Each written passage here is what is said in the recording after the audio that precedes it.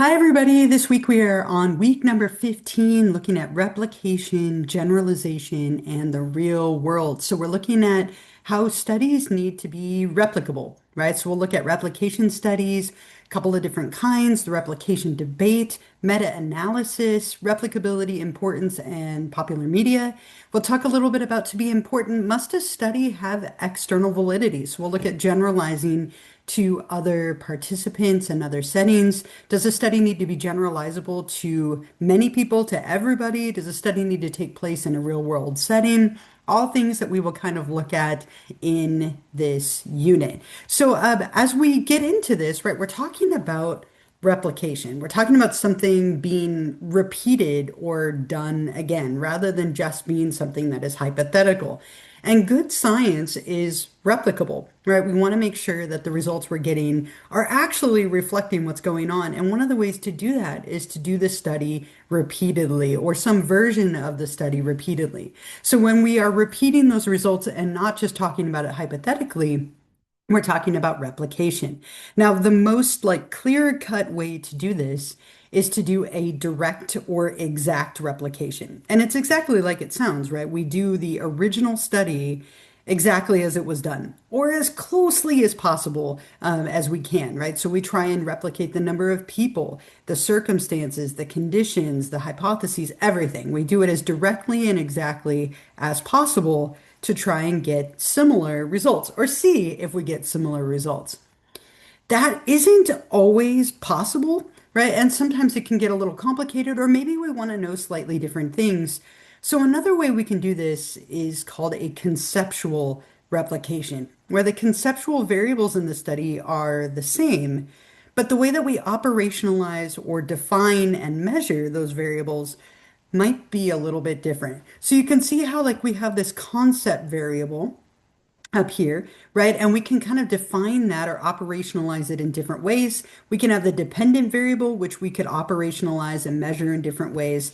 So if we do this, we might be replicating the concept, but not doing it in the exact same way, or maybe kind of defining it and operationalizing it just a little bit differently, which is obviously going to lead to potentially different results. Another very common thing that we do is called a replication plus extension. This is where we replicate the original study, but we add, right? We extend it, we add to it. We add variables to test additional questions. So if we were only studying one thing, maybe now we add some extra stuff to see if we can get a little bit more information. And the nice part about this is we are not only doing a replication, but we might also be able to extend that knowledge out a little bit, hence the name, right? And this can allow us to add a little bit to the knowledge that we have acquired.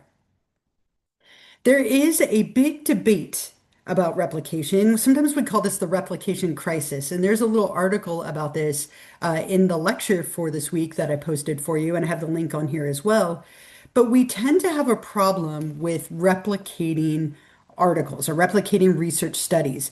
And a big part of that has to do with a couple of issues that we'll get into in a moment. But if we look at the open science collaborations, 100 studies to replicate, our percentage of replication is as low as 39% oftentimes. Less than half of them have been replicated and studied. We don't tend to value replication as much as we value like new information. And there are also some other issues as well. They can have very contextually sensitive effects. So why is it that a replication study might fail, right? These are some of those problems with those attempts, reasons why we might be less inclined to do them. It might fail, right? And if it succeeded the first time and failed the second time, then we need to do it again, right? We need to continue replicating until we get a good sample size to kind of decide which one is accurate. So when we try to replicate, sometimes the study that was done had some very contextually sensitive effects. Maybe something about the way it was set up, something about the time in which it was done, something about the environment in which it was done, created effects that maybe can't be replicated. The sample size can play a big role as well. Let's say one of them has a really big sample and one is a really small and one's kind of in the middle. They might all yield different results based on the number of people who participated. And also the number of replication attempts can also matter, right? How many times have we done this, right? How studied is it? How aware are other people of that information? All of these things might play a role in why replication attempts might not succeed. There might also be some problems with the original study. As we just mentioned, sample size. Maybe there weren't enough people to indicate statistical power. There's something called harking, right? Hypothesizing after the results are known, right? Where we're drawing hypotheses after we've already made those conclusions. Oh, sorry, my cat here. Hold on.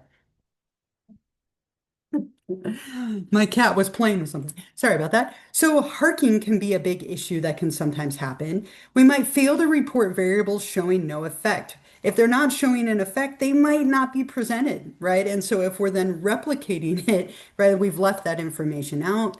P hacking is another thing that we see where we run statistical analyses and we add or remove participants until the results that we want are found. Now, this isn't something that's necessarily ethical to do, but it's definitely something that is done. So there's a lot of problems all around here. And we also see sometimes there are problems in the publication process that journals tend to prefer new findings and things with a significant difference rather than those that have a null effect. So maybe they're not publishing things where like no result was found. And so we tend to not want to replicate those studies and test them again. See, here's the little demon I was talking about, right? Oh, my cute little demon cat, right? Definitely trying to participate in our lecture here, right? Couple other things. One of the ways that we can improve some of these things is just in general trying to get larger sample sizes. It can be hard to recruit enough participants, but we want to make sure we have a large enough sample size to achieve statistical power, to achieve likelihood that our results are actually reflecting what's going on in the population. We also want to report all analyses and variables regardless of what the results are, right? So open science would really help with this, sharing our data and materials, pre-registration, pre-registering methods, hypotheses, statistical analyses, all of those things kind of being available and put out there before data collection. And journals publishing replication, accepting pre-registered articles, funding, right? There isn't always the funding that people need in order to conduct research, which takes time and energy and resources. Meta-analyses are one of the great ways that we tend to also kind of synthesize a bunch of information together. It's kind of a different approach here. This is where we take a statistical analysis yielding quantitative summaries of literature. So we take a bunch of different articles that were written about something, a bunch of different studies, take all of that data, perform a meta-analysis, and kind of look at all of it together.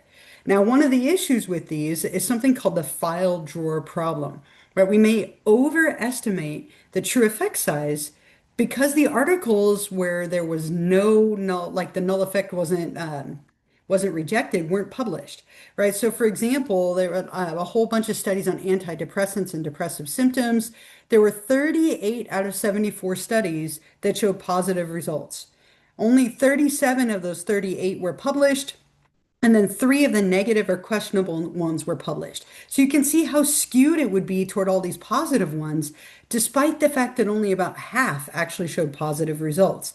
So then when we go to and analyze all of this, we're going to be analyzing all these positive ones rather than like taking into account all of the ones where there wasn't a statistically significant effect. So there are some issues with meta-analyses, but they're a very powerful way for us to take a lot of information and kind of synthesize and analyze it in a slightly different way. A couple of other things related to external validity, generalizing to other participants and settings, right? So when we're gathering a group of people, participants for our research, we use a sample from the population, right? So it is a sample. It is a population, not the population. So what do we need in order to generalize to everybody? We need to do random sampling, which we talked about a long time ago, many, many weeks back.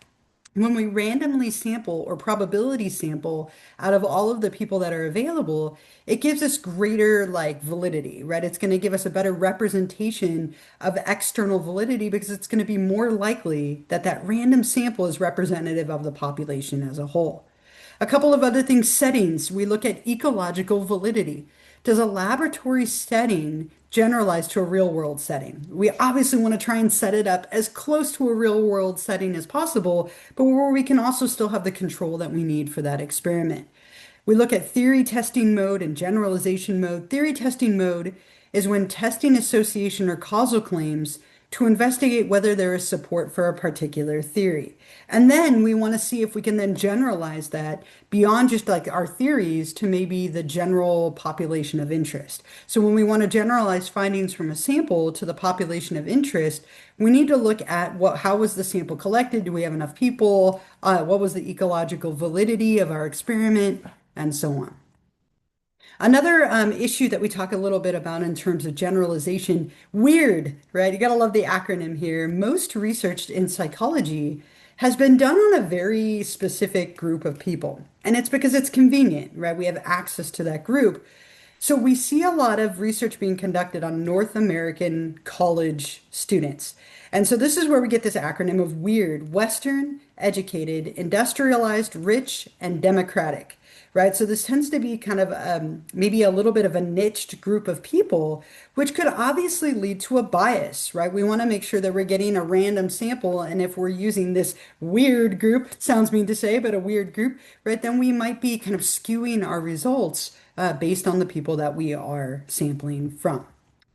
So that's a little bit about replication, generalization, and the real world. As always, make sure that you do all of the readings for this week. Make sure that you read through the lecture, click on any links in there, and watch any videos in there. There's definitely an article in there worth reading. And if you think of any questions or have any questions for me, please feel free to reach out. Otherwise, I will see you all next week for week number 16.